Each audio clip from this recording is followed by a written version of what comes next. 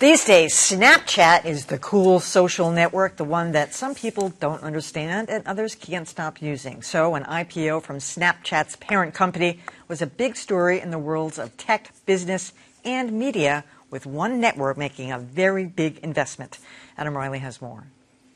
For those of us of a certain age, the massive appeal of Snapchat is a little bit mystifying. Look at that. I'm looking like Sugar Bear from Sugar Pops. I mean, what the hell? And yet millennials love the app, which turns fleeting, often doctored images into a primary mode of communication. Snapchat reaches 41% of all 18 to 34-year-olds in the U.S., compared to just 6% for the average TV network, which explains why an IPO from Snapchat's corporate parent is a huge story and why NBC Universal is betting big on the company. The unit of Comcast and parent of CNBC invested $500 million in the digital media asset. In a memo, NBC Universal CEO Steve Burke says, "Our partnership with Snap builds on our strategy to drive digital growth, both organically and through investments and acquisitions.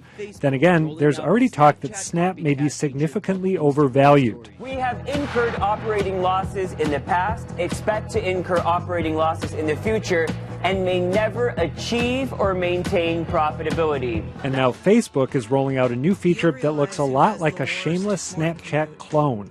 If that takes off, NBC's massive investment in Snap could disappear faster than one of those goofy, mocked-up pics. All right, so Josh, I think you brought this up last week as a rant or a rave, and we were challenging, you on this and how these investments work. I still see it, $500 million. I know that they have a channel on Snapchat. What are they getting for that? Well, they're getting a share of the company is really what they're getting, as well as a leg up on other digital companies for the kinds of partnerships that you're describing. I think it's useful to think of this not as an NBC investment, but as an NBC Universal investment. There's still a ton of money coming in from NBC and Comcast and some of their old line companies, but they can nonetheless see a potential route in which those revenue streams would not be successful for the long term.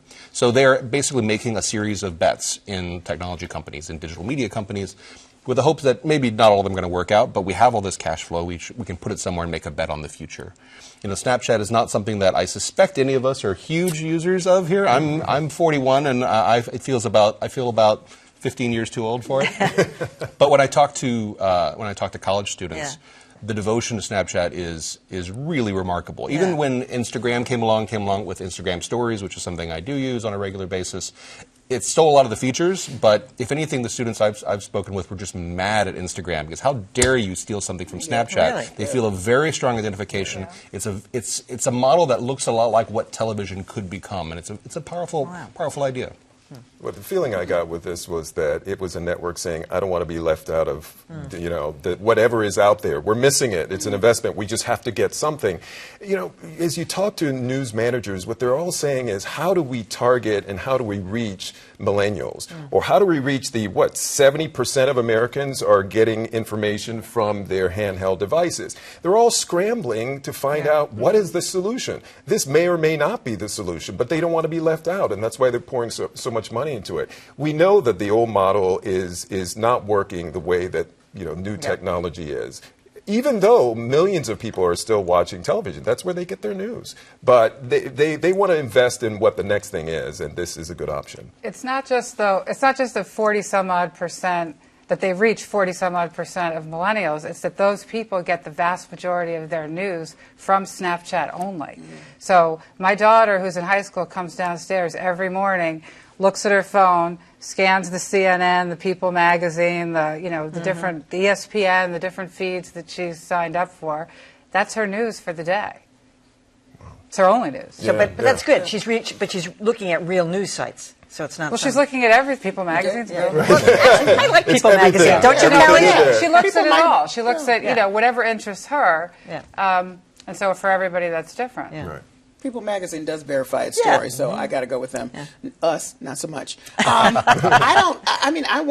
get NBC doing this, and they invested in BuzzFeed, we should note. Yeah. So they're out there, to your point, Dan, saying we're going to try to be where we think our potential audience might be. They've experimented with some other things. They bought The Griot, which was an African-American site, then decided we're going to build our own site from within based on that experience. So now they have NBC Black. I mean, they're doing all kinds of things in the digital space to try to figure out where to go. So, in the scheme of things for a media company, that's a lot of money, but it's not a lot of money if you hit any part of that audience. The other thing that's interesting about Snapchat is that, if you talk to Facebook, they will deny that they are a media company. We are a technology company, we are a platform. Snapchat embraces their media identity. They really want to perform the same sort of role that television performed in, my generation's life or our generation's lives.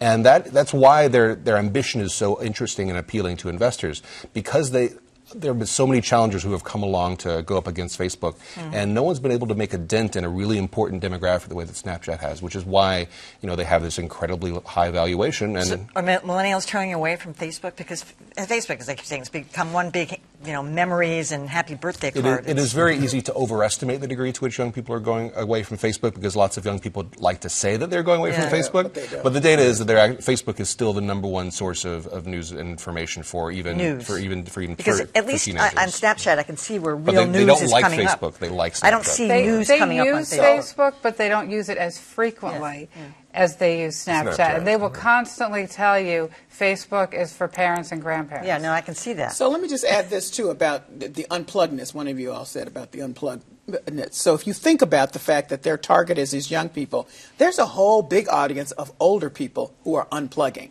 Right. So if you tap right in there and get rid of not get rid of, but just I'm not interested in the funny faces and the puking. No. Then I can work with I can work with you, Snapchat, but I don't really. If you offered me some other way to get to some of the streaming and the unplugging stuff that I am interested in, okay, then I'm with you. Yeah. So I think Forget it, Kelly. Well, no, I think they're smart enough to figure some of that out eventually. Just hasn't happened yet.